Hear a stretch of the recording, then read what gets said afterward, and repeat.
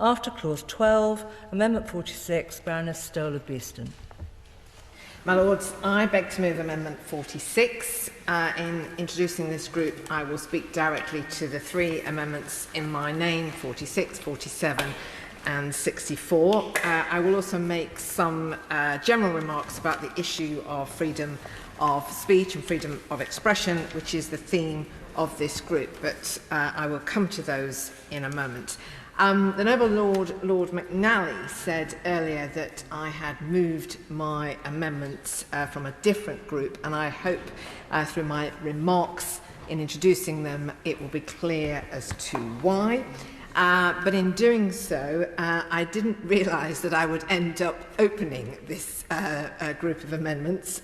So I offer my apologies to the Noble Lord Stevenson of Balmacara for usurping his position in getting us started. I am grateful to the Noble Baronesses Lady Bull and Featherstone for adding their names.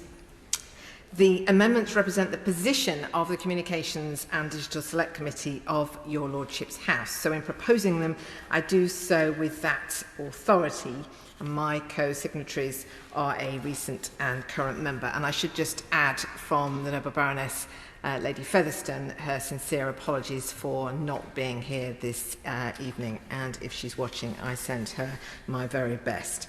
My Lords, during the committee's time when my noble friend Lord Gilbert of Panteng was in the chair, it carried out an inquiry into freedom of speech online, as has already been remarked upon this evening. And as part of that, the committee concluded that the government's proposals in the then draft online safety bill, in fact it may have been just the white paper at that time, for content described as legal but harmful, were detrimental to freedom of speech and called for changes. Since then, as we know, the government has dropped legal but harmful and instead introduced new user empowerment tools for adults to filter out harmful content. And as we heard in earlier groups this evening, these are to allow people to turn off or on content such as eating disorders and self-harm. Now, some members of our committee might favour enhanced protection for adults, and indeed some of my colleagues have already spoken this evening in support of amendments to that end in other groups. But what we as a committee agreed earlier this year when we looked at the online safety bill as it had been reintroduced to Parliament is that, as things stand, these new user empowerment tools are a threat to freedom of speech because there is no way of judging their impact or effectiveness, whether that's good or bad. So whatever one's view is, there is not a way of judging their effectiveness. The government has dropped the requirement for platforms to provide a public risk assessment about how these tools would work and their impact on freedom of speech, as we've heard already this evening.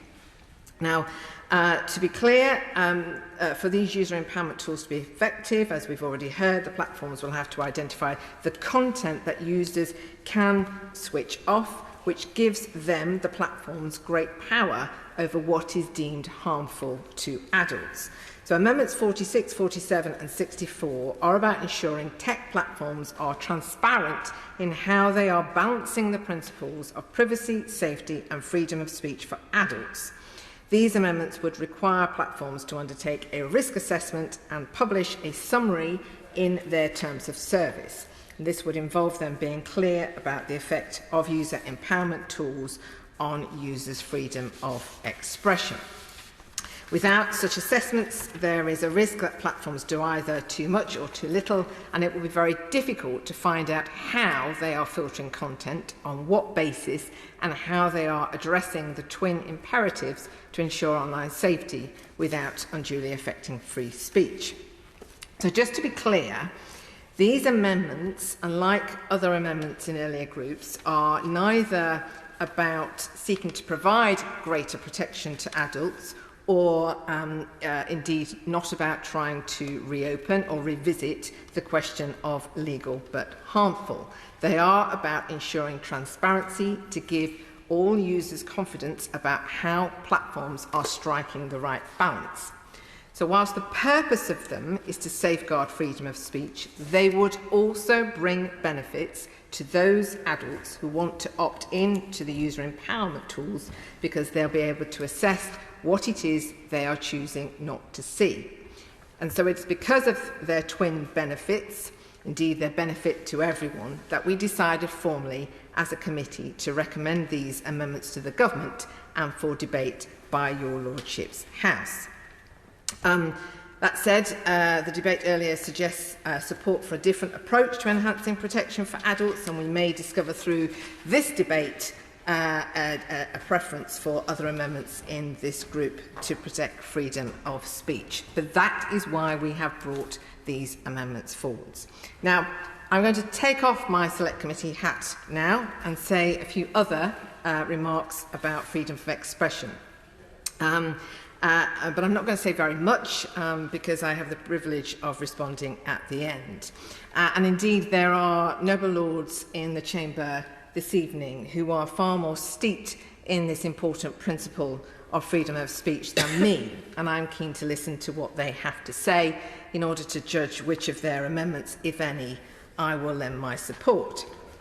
But I should add that perhaps unlike some other noble lords who will speak in this group, I'm less about freedom of speech as an end in itself and more as a means to a thriving democracy and healthy society.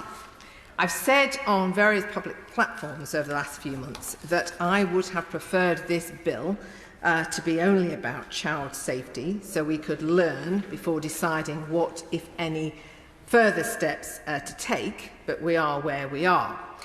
What concerns me about the online world we now inhabit is in whose hands the power exists to decide what we get to see and debate.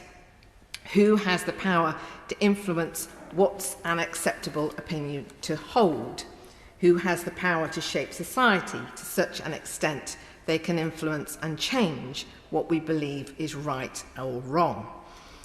There is a real dilemma for me between the big tech platforms' resistance to the responsibility that comes with being a publisher and as giving them that power and responsibility via this bill. We'll come back to the question of power and how we ensure that it is spread properly between Parliament, the executive, regulator and media platforms in a later group. But as we have decided to legislate for online safety, I want us to be as sure as we can that we're not giving away political powers to individuals or institutions who have no democratic mandate or are not subject to suitable oversight. So this group on freedom of speech and the clauses to which the amendments relate is why I think it's an important group. And one final point before I sit down. Freedom of speech is also a critical element of the Digital Markets, Competition and Consumers Bill, and why I have been so concerned that it was introduced alongside online safety. I am glad it has finally arrived in Parliament and that we will get to examine it before too long. But that's for another day. And for now, my lords, I beg to move. Amendment proposed, insert the following new clause as printed on the Marshall list.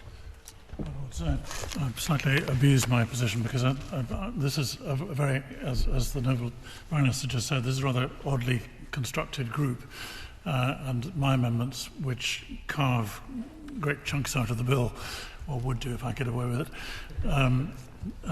don't quite point in the same direction as the very good speech made by the noble Baroness, representing, of course, the view of the committee that she chairs so brilliantly, but also picking out one or 2 points of her own, which I think we also want to debate. I think it therefore might be easier if I just explain what I was trying to do in my amendments, and then I'll sit down and let the debate go, and maybe come back and pick up one or two of the threads at the end. The idea, in previous bills, and I've seen a lot of them, people who stand up and move clause stand parts usually have a deeper and more worrying purpose behind it. Either they haven't read the bill and they're just trying to do and wing it, or they have actually got a plan so complex and so deep that it probably needs another whole bill to sort it out. This is not either of those two approaches. It's done because I want to represent the views mainly of the Joint Committee, because we had quite a lot of debate in committee about this particular area, beginning with the question about why the bill, or the white paper at that stage, or the draft bill, used the term democratic importance, when many people would have used a parallel term, public interest, to try and reflect the need to ensure that matters which are of public good take place as a result of publication, or a result of discussion and debate, or on online platforms. And I'm very grateful that Lord Black is able to be with us today, and I'm sure he'll recall those debates, and hopefully he'll make a comment as well on some of the work, and the other members of the committee are also present. So just to be clear, excuse me, the Clause 13 stand part, Clause 14 stand part, Clause 15 stand part, and Clause 18 stand part is meant to release space for a new clause in Amendment 48, basically designed to try and focus the actions that are going to be taken by the bill and subsequently by the regulator to ensure that the social media companies which are affected by or in scope to the bill use as a focus of some of the issues mainly relating to the not taking down and providing an appeal mechanism for journalistic material, whether or not that's provided by news publishers, recognised news publishers, or some other form of words that we can use, or it's done by recognised journalists. All of these terms, I think, are contentious is an overused word, but they're difficult to square away and be happy with in this, and therefore I think we should have the debate and perhaps reflect on that later as we come back to.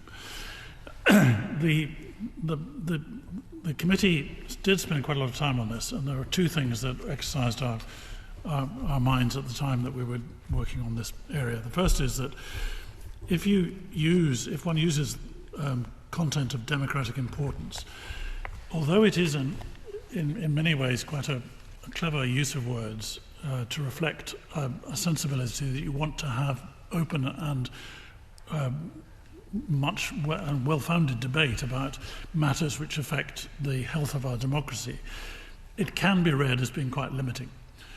It's very hard to express, and I argue against myself here, in the words of a piece of legislation, what it is we are trying to get down to it.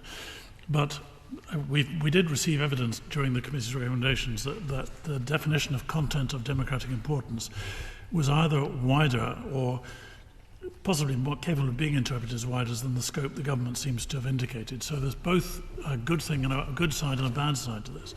So if we're talking about content which is or appears to be specifically intended to contribute to the democratic political debate of the United Kingdom, or a part or area of the United Kingdom, then we've got to ask the Minister, I think, to put on the record that this is also inclusive of matters which perhaps initially don't appear necessarily to be part of it, but include public health, crime, justice, the environment, professional malpractice, the activities of large corporations, the hypocrisy of public figures when that occurs.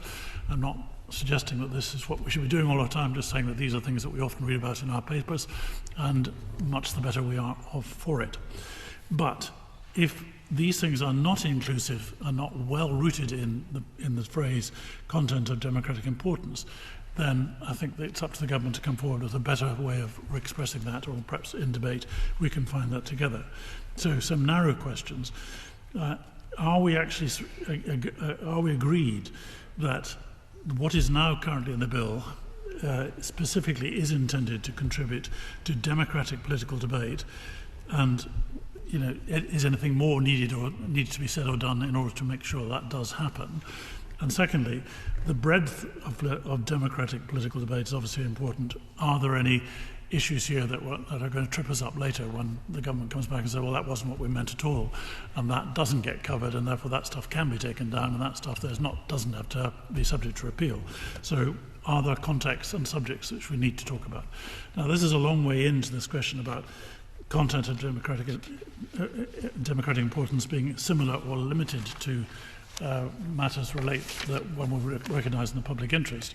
But I do think that there is a case for arguing for the replacement of what is currently in the bill for a way of trying to get closer to what we now recognise as being the standard form of debate and discussion when matters do get taken up, which either the government of the day or people individually don't like, and subject to legal discussion, because we do have discussions about whether or not it is in the public interest.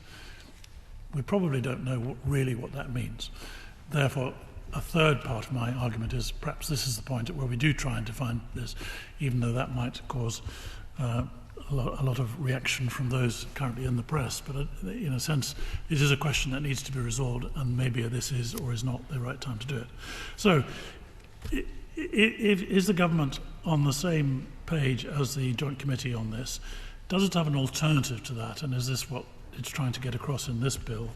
Or can we have a debate and discussion in relation to those things that make it clear that we do want to have something in this bill which ensures that the vibrant political debate, the sort of things that the noble Baroness was talking about when she was talking about freedom of expression, but in the broadest sense, covering all the things that matter to the body politic, to the people of this country, are not excluded by what is in this bill. And that was the reason for putting down a raft of rather aggressive amendments. I hope it's made clear that that's the case. I have other things that we want to come back to, but I think I'll probably do that towards the end of the debate. I hope that's been helpful.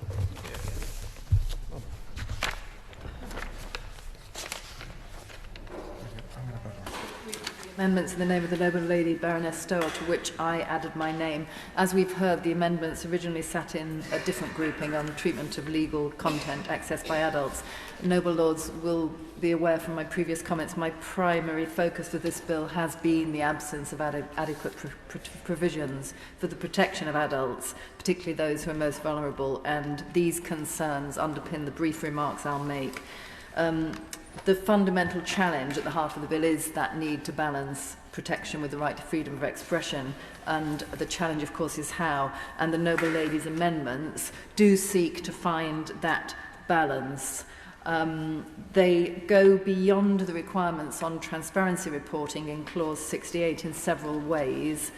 They provide Amendment 46 provides a duty for Category 1 services to maintain an up-to-date document for users of the service, ensuring that users understand the risks they face and how, for instance, user empowerment tools can be used to help mitigate these risks.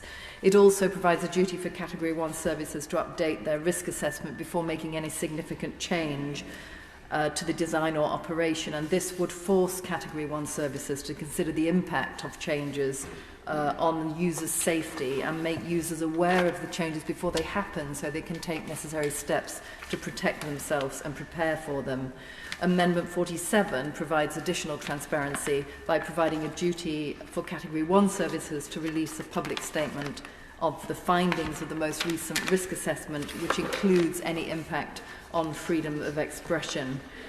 My Lords, the grouping together of the amendments in this group is an indication, if any of us were in any doubt, of the complexity of balancing the rights of one group against the rights of another. And regardless of the groupings, I do hope the Noble Lord the Minister takes note of the breadth and the depth of the concerns, as well as the willingness across all sides of the House to work together on a solution to this important issue.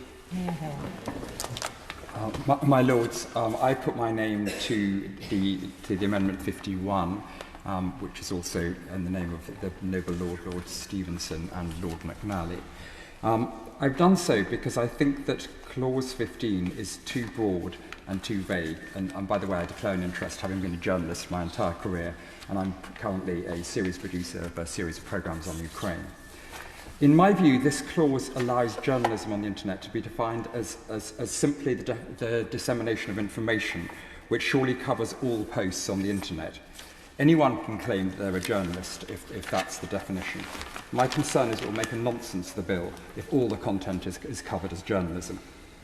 I very much support the aims behind the clause to protect journalism in line with Article 10. However, I'm also aware of the second part of Article 10, which warns that freedom of speech must be balanced by duties and responsibilities in a democratic society. In my view, this amendment aims to hone down the definition of journalism to that which is in the public interest. In doing so, I hope it will respond to the demands of the second part of Article 10.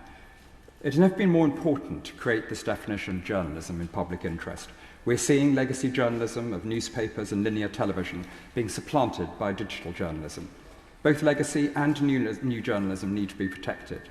This can be a single citizen journalist or an organisation like Bellingcat, which draws on millions of digital data points to create astonishing digital journalism to prove things like that the Russian separatist fighters shot down flight MH17 over Ukraine. The government's view is the definition of in public interest is too vague to be useful to tech platforms when they're systematically filtering through possible journalistic content which needs to be protected. But I don't agree. There is a term public interest which is well known to the courts from the Defamation Act 2013. The law covers the motivation of a journalist, but it doesn't go on to define the actual content of journalism to prove it's in the public interest. For me, surely what defines public interest in journalism is proof that a process has been followed to ensure the accuracy and fairness of the information purveyed. A journalist uses public interest defence, which would show that they've checked the facts for accuracy by using authoritative or veritable sources for their information. But if the government won't accept this definition, then the response to the government saying it's too hard to define public interest should be to look at the laws which do that.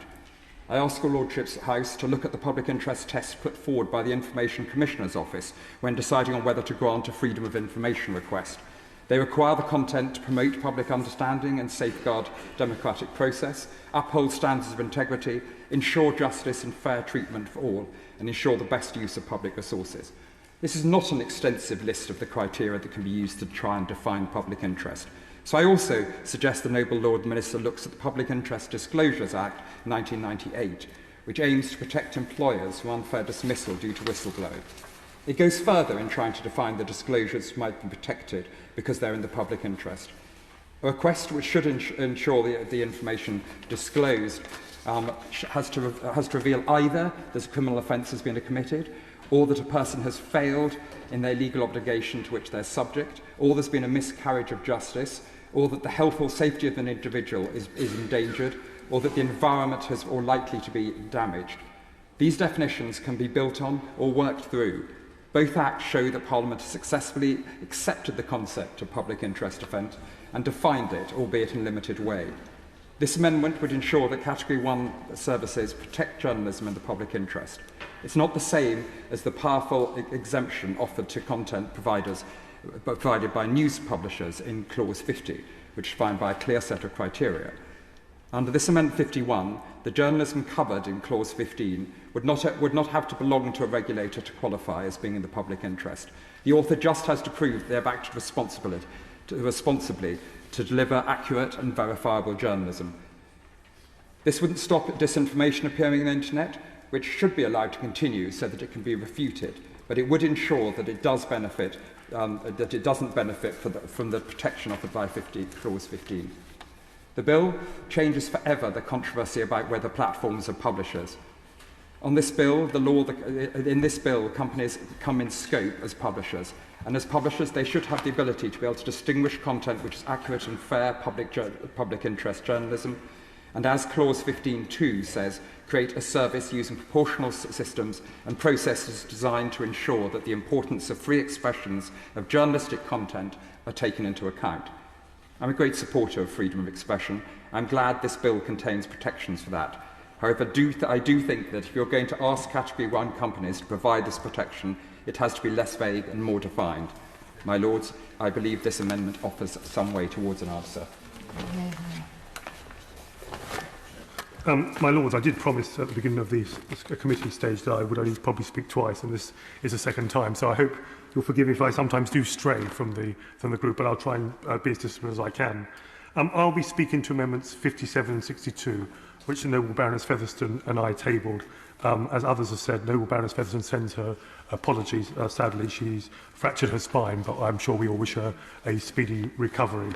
And also, Noble Baroness Fox has kindly added her name to these amendments.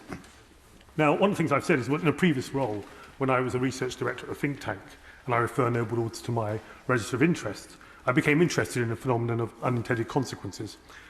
In fact, just as an aside, sometimes known as the Cobra effect, and that was named after an incident during the colonial rule of India when the British administrator of Delhi devised a cunning plan to rid the city of dangerous snakes. And his plan was simple. He would pay local residents a bounty for each cobra skin delivered. What could possibly go wrong? Well, never slow to exploit an opportunity, enterprising locals started to farm cobras as a way of earning extra cash. Eventually, the authorities grew wise to this and the payments stopped. The result? Locals realised that the now worthless snakes were worthless and released them into the wild, leading to an increase rather than a decrease in the population of cobras. So when we think about this cobra effect, there have been many similar incidents of well-intentioned acts that have unintentionally made things worse. So as we try to create a safer online space for our citizens, especially children and vulnerable adults, we should try to be alert as much as we can be to unintended consequences.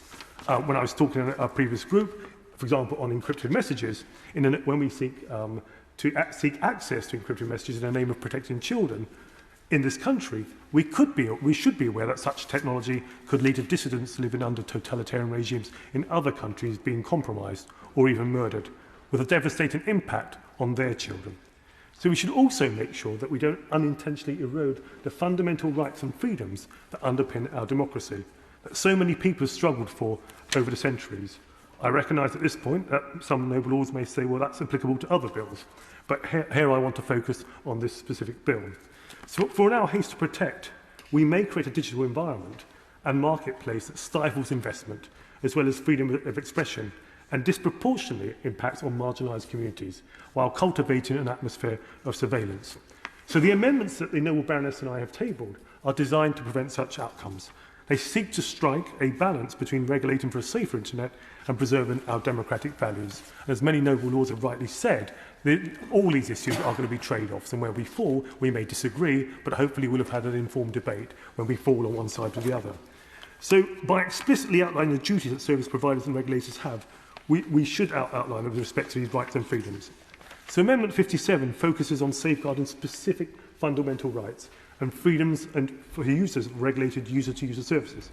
And this includes the protection of our most basic human rights. Now, we believe that by explicitly stating these duties, rather than hoping that they are somehow implied, we will aim to create a more comprehensive framework for service providers to follow, ensuring that their safety policies and procedures do not undermine the essential rights of users, and with reference especially for users with protected characteristics under the Equality Act 2010. Amendment 62 focuses on the role of Ofcom in mitigating risks to freedom of expression, and I recognise here that there are other amendments in this group on that specific issue. But it's our responsibility to ensure that providers of regulated user-to-user services are held accountable for their content moderation and recommender systems, and to ensure that you do not violate our freedoms. My Lords, I want this bill to be a workable bill, and as I have previously said, I support the intention behind the bill to protect children and vulnerable adults. But we should also, as I've said many times, be open about a trade-off between security and protection on one hand and freedom of expression on the other.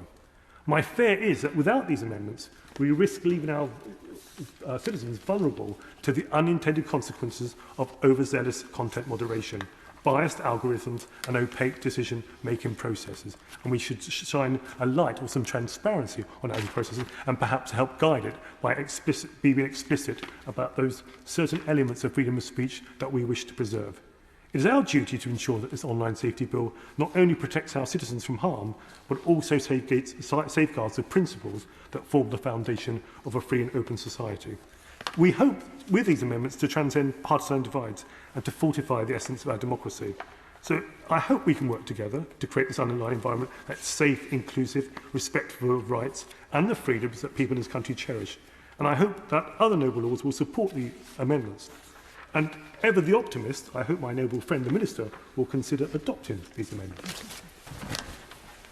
My Lords, Great pleasure to follow the noble Lord Kamall's speech, and he's explained well why I put my name to the amendments. I would like to extend my regards to the noble Baroness Featherstone. I was looking forward to hearing her remarks, and I hope that she's well. I'm interested in, obviously free speech is sort of my thing, and I'm interested all the time in how we can enhance free speech in relation to this bill in terms of that balance. That's what I've tried to do in terms of amendments I've both supported, and also enhance the rights, the free speech rights of citizens of this country that I fear might be undermined by the bill.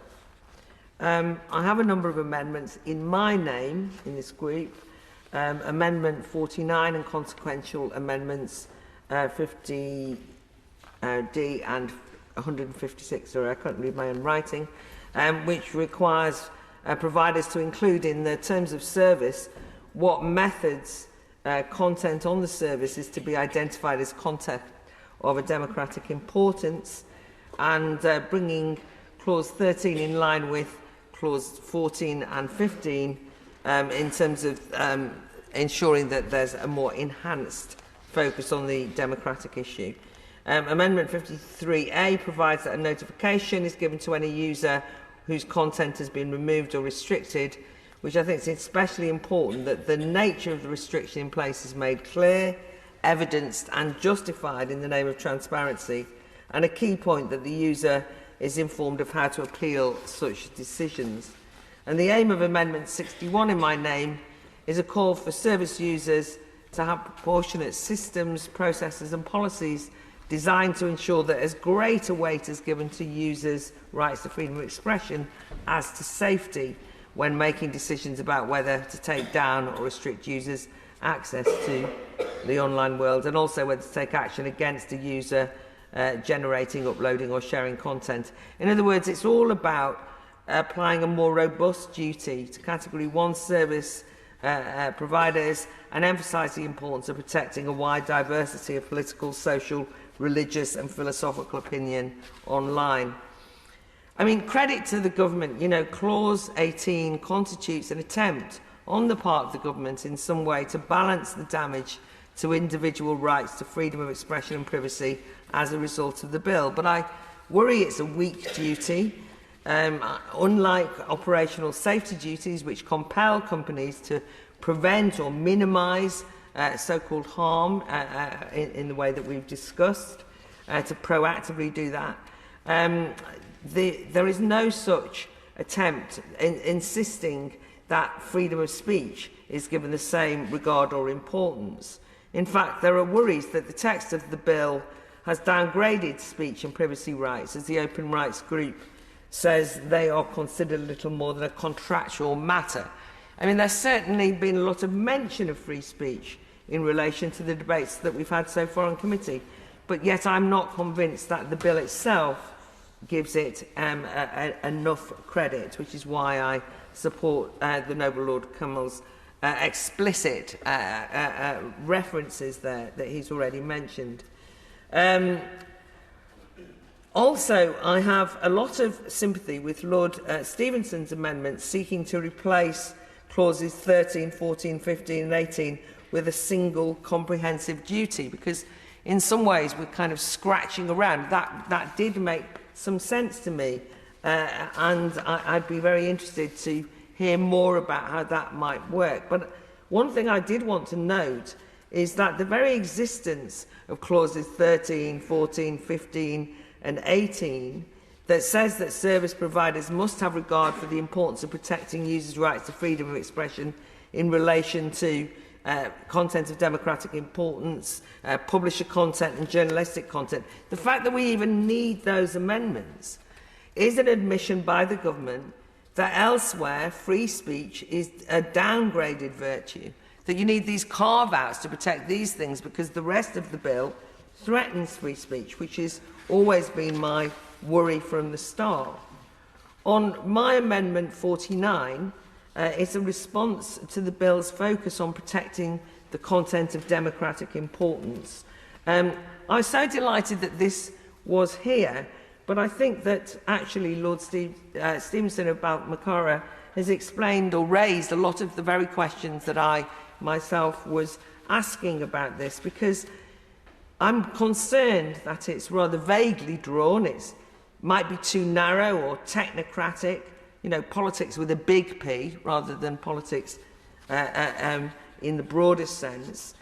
There's a lot that that I would consider democratically important that other people might see as, after today's discussion, might see as harmful or dangerous for all I know. But certainly, I think it should be as broad as possible. And so my amendment seeks to write that down by saying that the definition should be including of political, social, religious and philosophical opinion. And that's just my attempt to broaden it out. It's not a perfect one, I'm sure, but that's what it wants to do. I'm also keen to understand why clauses 14 and 15, which give special protection to publisher and journalist content, have enhanced provisions, including an expedited appeals process in relation to the reinstatement of removed materials. But those duties are much weaker, don't exist in clause 13 in terms of content of a democratic importance, and so I've suggested in my amendment that they are levelled up. My amendment 61 attempts to tackle the duties that will be used for companies in terms of safety. That is the focus of the bill, and stresses that equal weight should be given to free speech as to safety. And this actually relates to the content of democratic importance that I've just been talking about, because I'd argue that really democracy is not safe if we don't proactively promote freedom. And so both those amendments together try and ensure that companies only act to remove philosophical, religious, democratic and social material absolutely in extremis, as an exception, not the rule, and that they always have free speech at the forefront. And just in terms of how we view the content of democratic importance, just one thing that I don't think has really been stressed in the discussions we've had so far, I think we should note that the right to freedom of expression is not just about defending the ability of individuals to speak or impart information, but is also the right of the public to receive this information and the freedom to decide what they find useful, second-rate, what they want to watch, what they want to listen to. It's not just the right to post opinions, but the right of others to have access to diverse opinions and postings. It's the kind of free flow of information that I think is the very basis of our democracy. And one way which the bill, in a way, doesn't allow is it doesn't, in my view, despite talk of user controls and user empowerment, I think take that into account enough. I think, therefore, it's very important that users are told if their posters are restricted, how they are restricted, and how they can appeal, and that's the focus of Amendment 53A. The EHRC says the bill overall lacks a robust framework for individuals to appeal platforms' decisions or to seek redress for unjustified censorship, and I think that needs to be tackled. Clause 19 has a basic complaints procedure, but my amendment is, in relation to Clause 17, tries to tackle what is a very low bar and stresses the need for evidence justification and details how to appeal. Users need to know exactly why there's decisions to restrict and remove. I think that's absolutely crucial.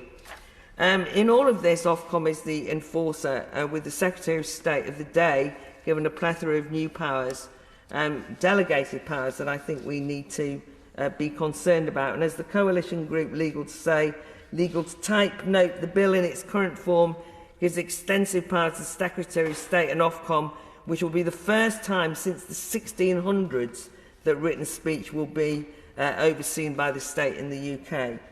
The truth is that we probably need a new Milton, but in 2023 what we've got instead is a Moylan. So I've put my name to a range of noble Lord Moylan's excellent series of amendments, 102, 191, 22, lots of them, all dealing with Ofcom and the Secretary of State, because I think that that's, he will explain that, but that's really crucial that we take that on. I didn't put my name to Lord Moylan's Amendment 294, which I rather wish I had. In some ways, it's a key amendment, as it's basically about leaving out the term psychological from the definition of harm.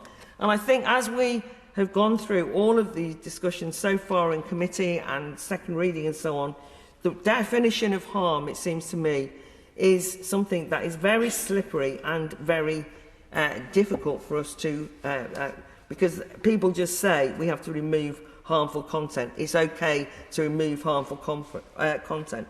But I think that it's not so simple. And now I know that it's frowned upon doing any philosophical ruminations at this stage, as I was told off for it the other day. But as it's the 150th anniversary of J.S. Milton's death, let me note that his important harm principle has been somewhat bastardised by an ever-elastic concept of harm. And I think psychological harm, what's added into the mix, and I've spoken on this before, really is something that is going to lead to the over-removal of lawful content. Because what counts as harms is not settled on or offline. There's no objective way of ascertaining whether emotional or psychological harm has occurred, and therefore it will be impossible to determine whether service providers have discharged their duties. Controversies of interpretation about what is harmful have already left the door open to activist capture, and it's regularly weaponised to close down legitimate debate.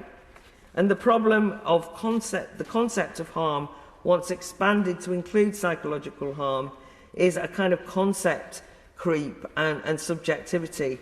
And I just think the fact that the lack of definition was actually challenged the Lords Communications and Digital Committee when they wrote to the Secretary of State asking whether psychological harm had any objective clinical basis. The DCMS simply confirmed that it did not, and yet psychological harm is going to be used as the basis for removing lawful speech from the online world. And I think that that can only lead to a censorious and ironically more toxic online environment, with users posting in good faith, finding their access to services, an access that is in fact part of the democratic public square, being shut down or temporarily or permanently, even reported to the law or what have you, just because they've been accused of causing psychological harm. So I think the free speech elements of this bill do need to be strengthened enormously. I'd like to speak, if I may, to my amendment 63, which is an amendment about the meaning of words.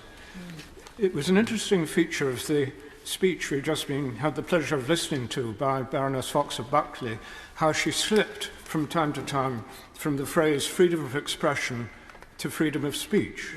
Now, that's not a criticism. It's very easy for one to treat these expressions as meaning the same thing. And I think others in this debate have been doing the same thing. I think that Baroness Stowell also used freedom of speech sometimes and freedom of expression as well. And it's not a criticism, it's just the fact that we tend to treat the two the same. However, the government in Clause 18 have chosen to use the expression freedom of, the words, I should perhaps put it more politely, the words freedom of expression within the law, and my amendment is drawing attention to that feature.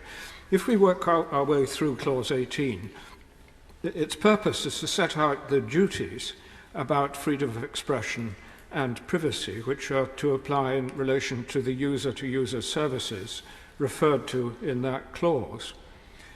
Clause 18.2 imposes on those providing user-to-user services a duty to have particular regard to the importance of protecting users' rights to freedom of expression within the law when deciding on and implementing safety measures and policies. And then we move to Clause 18.8, which provides a definition of the phrase safety measures and policies. This means measures and policies designed to secure compliance with any of the duties set out in previous clauses of the bill. These extend to illegal content, to children's online safety, to user empowerment, to content reporting relating to illegal content, and content that is likely to be harmful to children and to complaints procedures. So a balance has to be struck between giving effect to the right to freedom of expression within the law and performing the important duties that are referred to in the clause. As clause 18.4 explains, when decisions are being taken about the safety measures and policies that are to be introduced or applied, there must be an assessment of the impact which they would have on the user's right to freedom of expression within the law. Now, my amendment has been prompted by a point that was made by the Constitution Committee, of which I am a member, in its report on this bill. The committee suggested that the House might wish to consider whether, in the interests of legal certainty, the expression freedom of expression should also be defined for the purposes of this clause. The committee referred to the fact that in its report on the Higher Education Freedom of Speech Bill, it recommended that that bill should define the expression freedom of speech, which is what that bill was talking about, by referring to Article 10 of the European Convention on Human Rights. I raised this issue by proposing an amendment to that fact at committee stage in that bill. At report stage, a government amendment to achieve this was agreed to, and in due course it was also agreed by the House of Commons. This amendment, Amendment 18, my Amendment 63, adopts the same wording as that used in the Higher Education Freedom of Speech Bill, and I suggest that it should be adopted here too in the interest of consistency and also to provide the desirable element of legal certainty. Now, my Lords, although it appears in a different group, I think it's worth referring to Amendment 58, which is in the name of the Noble Lady Baroness Fraser of Craighead and Lord Fawkes of Cumnock. And that is proposing that there should be the words should be inserted as defined under the Human Rights Act 1998 and its application to the United Kingdom. So it's making the same point, but it's making an additional point, which is this, that we have to be very careful in this bill to recognise the fact that it extends to all parts of the United Kingdom, particularly in regard to the devolved administrations in Scotland, Wales and Northern Ireland. Now, Scotland is very active in promoting legislation dealing with matters of this kind, and it's rather important that we should define in this bill what is meant by freedom of expression within the law in its application right throughout the United Kingdom, lest there should be any doubt as to what it might mean in the other parts of this country, particularly, if I may say so, in regard to Scotland. Now, it may be Lady Fraser, Baroness Fraser will say more about this at this stage, although her amendment is in a different group, because it's very pertinent to the point which I'm trying to make in regard to the need for a definition in Clause 18. So, Lords, that's the reasoning behind this particular clause. And I'll come back to the interesting feature that one tends to mix these expressions, freedom of speech, freedom of expression, but it's quite important to anchor down why exactly the government chose to use the words freedom of expression within the law for the purposes of this particular clause. I hung back in the hope that the noble and learned Lord Hope of Craighead would speak before me, because I suspected that his remarks would help elucidate my own amendments, as indeed I believe they have. I have a large number of amendments in this group, but all of them, with one exception, work together as effectively a single amendment. They are numbers 101, 102, 109, 112, 116, 121, 191 and 220. The exception is Amendment 294, to which the noble Baroness Lady Fox of Buckley has already alluded, and to which I shall return in a moment. But if I could take that larger group of amendments first, I can describe their effect relatively briefly. There is, my Lords, in the bill as it stands, there are requirements on services to consider how their practices affect freedom of expression, but there is no equivalent explicit duty within the bill on the regulator, Ofcom, to have regard for freedom of expression. These amendments, taken together, would require Ofcom to have special regard to freedom of expression within the law when designing codes of practice, writing guidance and undertaking enforcement action. They would insert a new clause requiring Ofcom to have special regard to rights to freedom of expression within the law in preparing a code of practice. They would, when submitting a draft code to the Secretary of State, also require Ofcom to submit a statement setting out how they have complied with the duty imposed by that new requirement. And they would also require the Secretary of State to submit that statement to Parliament when laying a draft code before Parliament. And they would impose similar obligations on Ofcom and the Secretary of State when making amendments to codes that might be made later on. Finally, they would also have a similar effect relating to guidance issued by Ofcom. Now, I think it is so glaringly obvious that Ofcom should be under this duty that it's a mere omission that the balancing corresponding duty has not been placed on it, that has been placed on the providers, that I would hope, though experience so far in committee doesn't lead me to expect, that my noble friend the Minister would accept this and that it would pass relatively uncontroversially.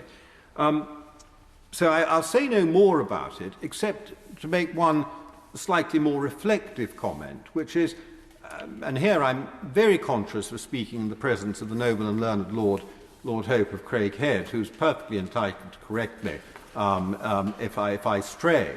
But there's been a great deal of comment from the front bench and from other parts of the House about how the bill has to balance freedom of expression with safety. And inevitably there is such a balance required.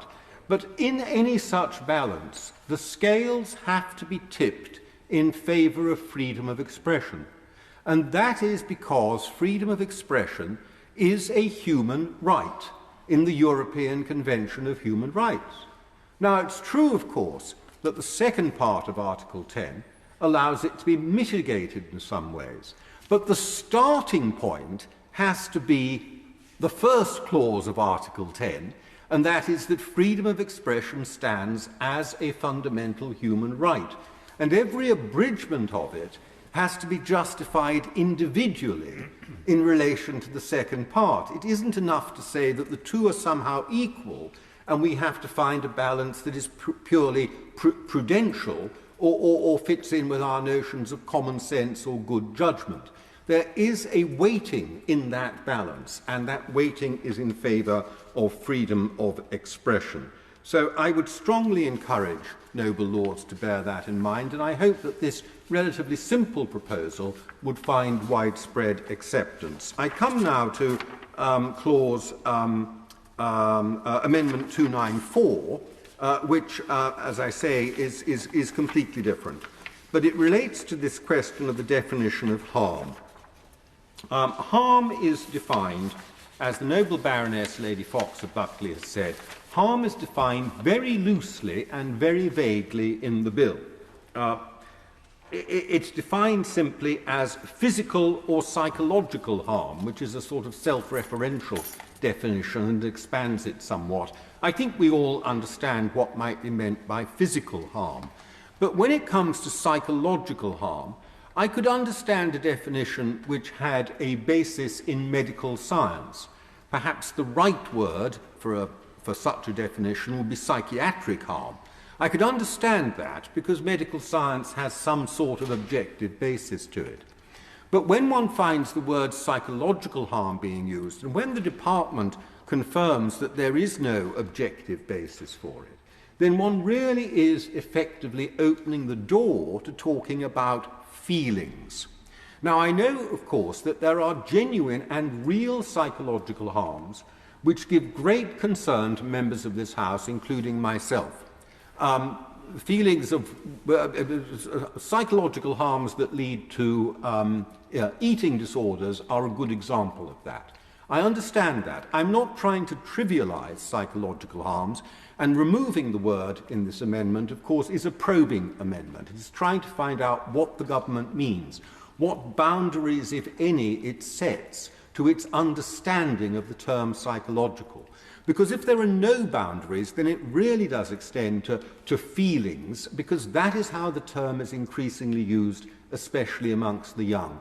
And I really do think that is a very, very loose definition. So in probing the government on what it means by psychological harm, I hope to have something really hard and solid coming back from them that we know sets some limits to where this can actually take us.